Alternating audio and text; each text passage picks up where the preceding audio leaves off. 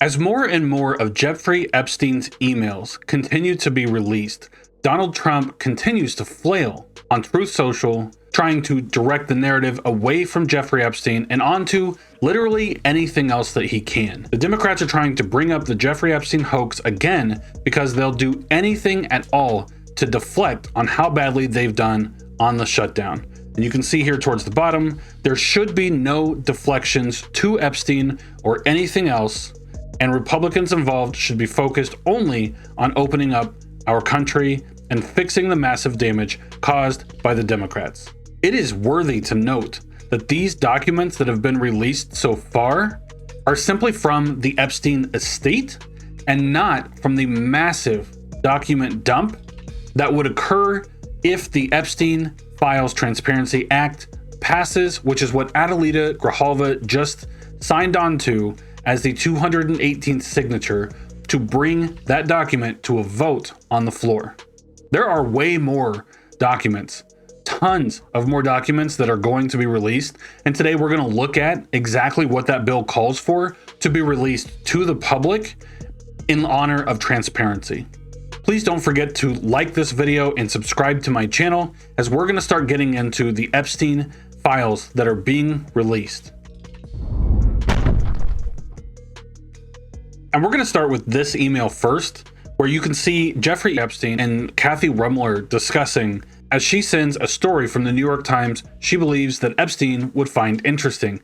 And what she says about that document is that the principled case for impeachment is clear. What's missing is the courage. Now, Epstein responds to that by saying, I think that he, Trump, makes the argument that this was his money, making it not illegal. So she responds by saying, the issue is not whether or not it was his money. The issue of impeachment is that it was a failure to disclose. And Epstein responds by saying, I know how dirty Donald Trump is. Basically saying that he knows how weaselly, slimy, snaky that he is to try to get out of things, even when everything that we have here in front of us is clear cut. He paid the money, whether or not it was his or not, and he says, I know how dirty Donald Trump is. In another email, Jeffrey Epstein, the convicted child sex trafficker, says of our president Donald Trump, recall that I've told you, I have met some very bad people. I'm sure he has. But he follows up by saying, but none as bad as Trump. Not one decent cell in his body. So yes, dangerous. And imagine what that means to have someone of Jeffrey Epstein's caliber calling you one of the worst people that he's ever met. And not just one of the worst people, but none as bad as Trump. And now let's look at when Deputy Attorney General Todd Blanche interviewed Ghislaine Maxwell. You're going to see here how she tried to distance Donald Trump and Jeffrey Epstein, saying that she doesn't recall ever seeing Donald Trump at Epstein's house. Now, this is also when she was in a high-level security prison for a 20-year conviction for also trafficking child sex victims. But this claim ends up being refuted by Jeffrey Epstein's own emails to Ghislaine Maxwell. You can see here, Jeffrey Epstein is writing to Ghislaine saying, I want you to realize that that dog that hasn't barked is Trump. Victim spent hours at my house with him. He has never once been mentioned, the police chief, etc. To which she responds, yeah, I've been thinking about that. She knew he's been at his house. Now she claims that she's never seen him there, which highly doubt, but still it's a problem. So here we see another email from Jeffrey Epstein to Michael Wolff talking about a victim regarding Mar-a-Lago. There's another blacked out section, and he follows that by saying, Trump said he asked me to resign, never a member ever. And I think that the story that this is related to is when Donald Trump had kicked Jeffrey Epstein out of Mar-a-Lago as a member, which is where he's saying, Trump asked me to resign, never a member ever. To resign from the clubhouse, to resign from Mar-a-Lago, but I was never a member in the first place.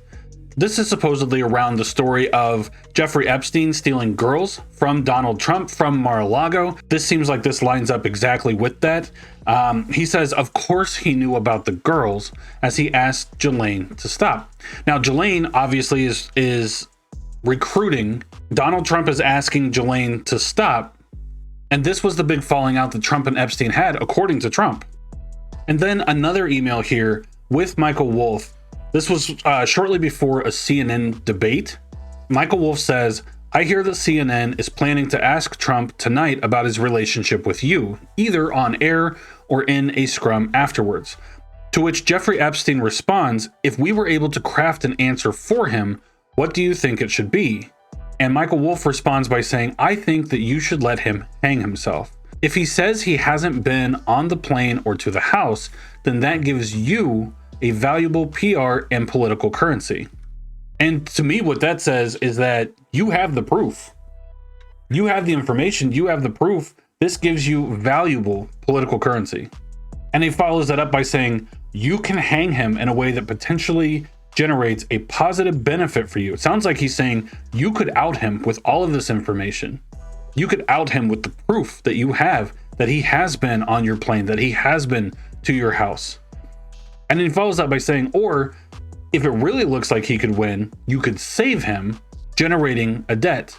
And we all know that Donald Trump enjoys repaying debts, not to his workers, not to his employees, not to anyone else like that, but to people that benefit him politically, like you see Trump do with pardons all the time. And then he follows up by saying, of course, it is possible that when asked, he'll say Jeffrey Epstein is a great guy and got a raw deal and is a victim of political correctness, which is to be outlawed in a Trump regime. So it's no wonder that Donald Trump does not want this information to come to light. There is a lot of evidence, whether circumstantial or possibly direct, that ties Donald Trump not only to Jeffrey Epstein, but specifically to child sex trafficking victims. And so what we're going to look at are the two resolutions that are in Congress right now and exactly what they say as far as what information should be released if they are passed. There are two different documents. The first one that we're going to look at is the House Resolution 577. This is demanding the immediate release of all federal documents related to Jeffrey Epstein. It demands that the Trump administration release all unclassified files, flight logs, correspondence, and evidence pertaining to Jeffrey Epstein, Ghislaine Maxwell, and all known associates, with redactions only to protect the identities of minor victims and preserve ongoing prosecutions. The second bill, and the larger of the two, is the House Resolution 4405. Specifically, and this gets much deeper into the documents, files, everything that they're asking for. So this act is the Epstein Files Transparency Act, which says that if passed no later than 30 days, the Attorney General shall make publicly available in a searchable, downloadable format all unclassified records, documents, communications, and investigative materials in the possession of the Department of Justice, including the FBI and U.S. Attorney's Office that relate to Jeffrey Epstein, including all investigations, prosecutions, or custodial matters. 2 is Ghislaine Maxwell. 3, all flight logs or travel records, including but not limited to manifests, itineraries, pilot records, customs or immigrations documentation, for any aircraft, vessel, or vehicle owned, operated, or used by Jeffrey Epstein or any related entity. 4, individuals, including government officials named or referenced in connection with Epstein's criminal activities, civil settlements, immunity or plea agreements, or investigatory proceedings. Next is all information regarding entities, corporate, nonprofit, academic, or governmental, with known or alleged ties to Epstein's trafficking or financial networks. 6 is any immunity deals, non-prosecution agreements, plea bargains, or sealed settlements involving Epstein or his associates. 7 is going to be any internal Department of Justice communications, including emails, memos, meeting notes, concerning decisions to charge, not charge, investigate, or decline to investigate Epstein or his associates. Number 8 is all communications, memoranda, directives, logs, or metadata concerning the destruction, deletion, alteration, misplacement, or concealment of documents, recordings, and electronic data related to Epstein, his associates, his detention and death, or any investigative files. Number 9 goes on. Documentation of Epstein's detention or death, including incident reports, witness interviews, medical examiner files, autopsy reports, and written records detailing the circumstances and cause of death. And it goes on to state that no record shall be withheld, delayed, or redacted on the basis of embarrassment, reputational harm, or political sensitivity, including any government official, public figure, or foreign dignitary. So this is going to go deep. All of these files are to be released. There is so much information there. I'm sure it could fill, I don't know, a gilded ballroom full of documents and boxes, preferably not in the president's bathroom, as we've seen before.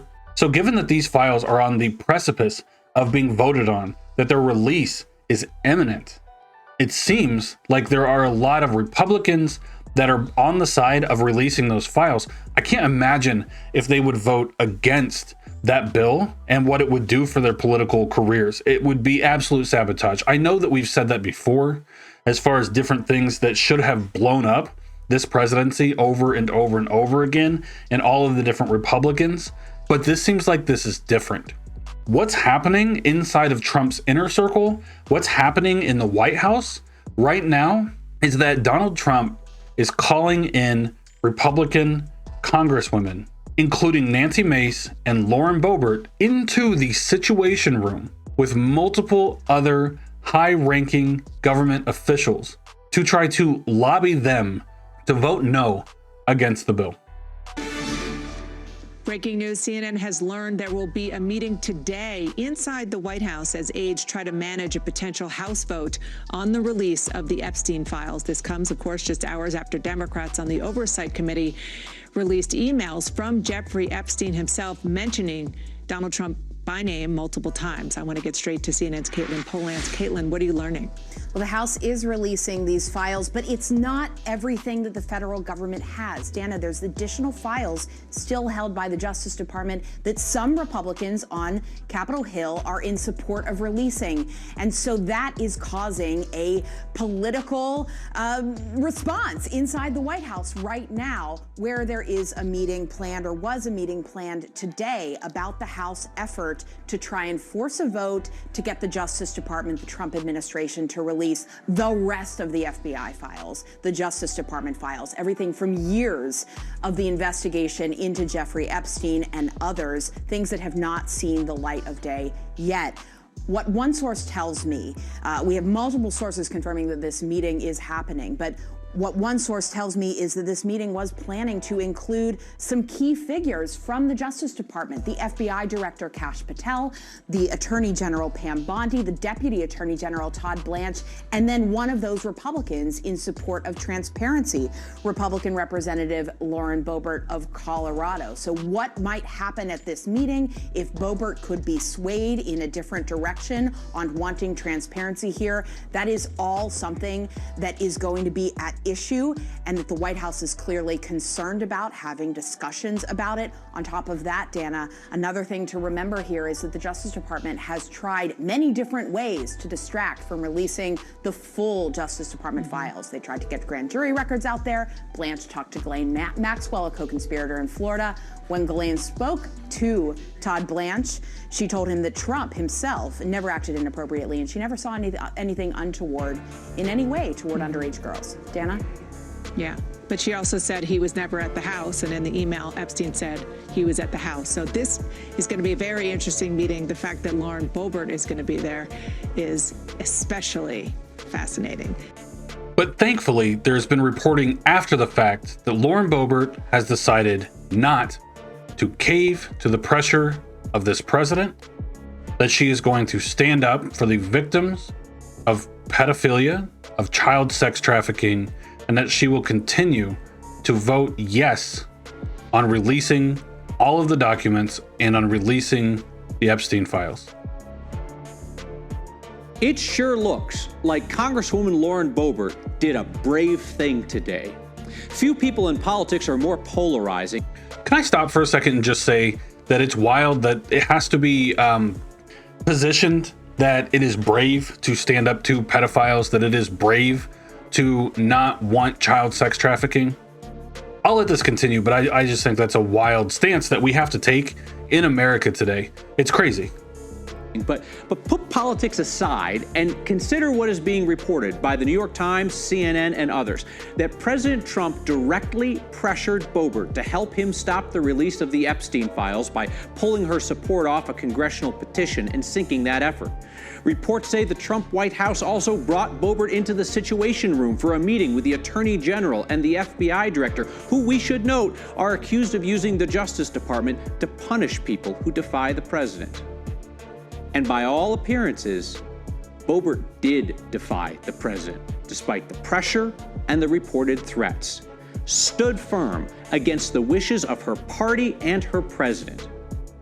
And not on a political or a policy issue where the public is going to hold a wide variety of views, but on the most basic of issues that should unite us all, that pedophiles don't deserve protection, even pedophiles with powerful friends. Now, some of this is going to be speculation because this apparent pressure campaign happened behind closed doors. But if we want courage out of political leaders, then citizens must be willing to recognize and appreciate courage from the politicians that they like the least. It certainly appears that every American who cares about kids and accountability and transparency owes Lauren Boebert their thanks. I mean, yeah, it's great that she's continuing to vote yes on releasing the Epstein files. But again, to me, it's just wild that is what that's what we consider courage in today's day and age. I mean, as he said, when it comes to protecting children, it takes courage to stand up to powerful people. So where's the courage that it takes to stand up to the NRA to protect our children from being massacred in schools? Where is the courage that it takes to protect children from starving by withholding their SNAP funds? I don't think that this should take courage. I think that this is a bare minimum. It's appalling that our politicians, that our country does not have at this point. It makes us look like a joke on the world stage. It's insane that we are the richest country in the world, in the history of the world, and that this is what passes as courage. This is a no-brainer. This bill is going to pass. This information will come out. It will see the light of day, and there will be some very powerful people that are going to be held to account. It is our responsibility as Americans to make sure that they are held accountable, that we hold their feet to the fire. And I'm glad that our politicians are finally coming around to this. It's been a decade or more since things have been so incredibly polarizing that we can't even come to simple, bare minimum humanitarian agreements. If you like this video and you want more of this type of content, please like and subscribe to this channel, and I'll see you next time.